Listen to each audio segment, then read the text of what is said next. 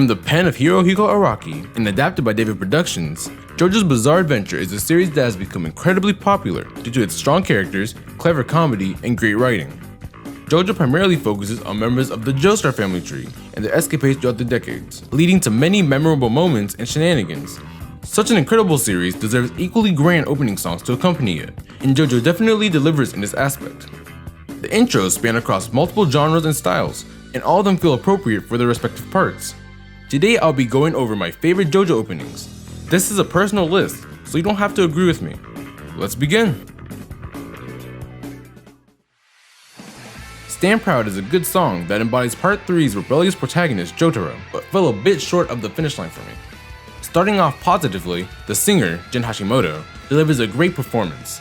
The chorus is very infectious and I could not help but sing along. However, the instrumental is what weighs the song down. Despite not being the biggest rock fan, I can admit I enjoyed the composition. The drum patterns and riffs are really solid and sonically pleasing, but they don't manage to get me as pumped up as I want it to be. I can appreciate Stand Proud as a technical work, but it still sits as my least favorite JoJo theme.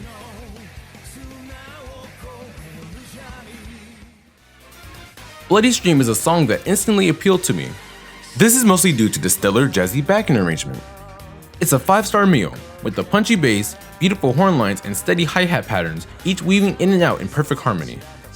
That said, the biggest detriments to the song are the singer Coda and the track's mixing. Coda has a silky smooth voice that fits the style, but is a bit weak and takes some punch out of the song.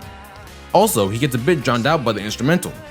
It's still a song I love and listen to regularly, and its strengths outweigh its weaknesses, but said flaws end it on the lower half of my list. Next up is Chase, the big commercial debut from Bata. My opinion of this song flip-flopped fairly quickly. Coming off Crazy Noisy Bizzare Town, I was so angry that I swore it off as the worst JoJo theme ever.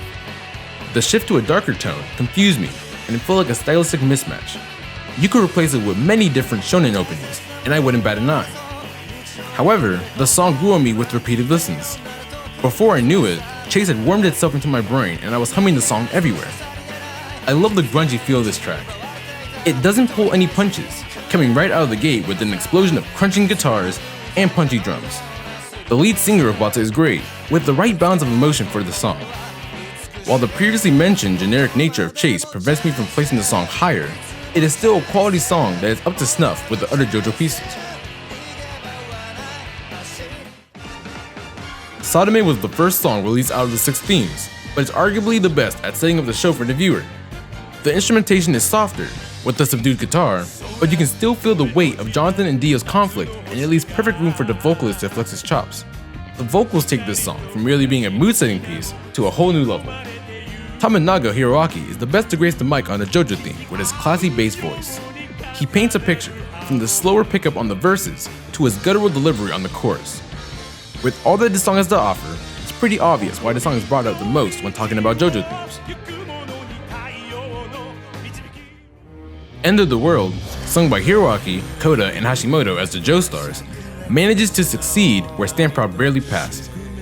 This song is pumped full of energy. The guitarist went in and shredded his heart out, delivering some crucial riffs, and the underlying orchestration serves well as a foundation and accompaniment. The score just flows well and perfectly presents all the show has to offer. The 3 singers complement each other very well. They all provide a strong performance that feels like they are grabbing your ears and flying you over the JoJo action. While there is a bit of a skill gap between Coda and the other 2, it's a minor complaint that doesn't actually lower the quality of the song. While End of the World isn't my favorite JoJo theme, it got me genuinely excited to see Jotaro and the gang progress through their journey. While End of the World is an amazing theme, there is no better choice to me for the #1 spot than Crazy Noisy Bizzare Town by The Do. I love to dance along to music, and Crazy Noisy Bizzare Town was the first JoJo opening that made me want to do so.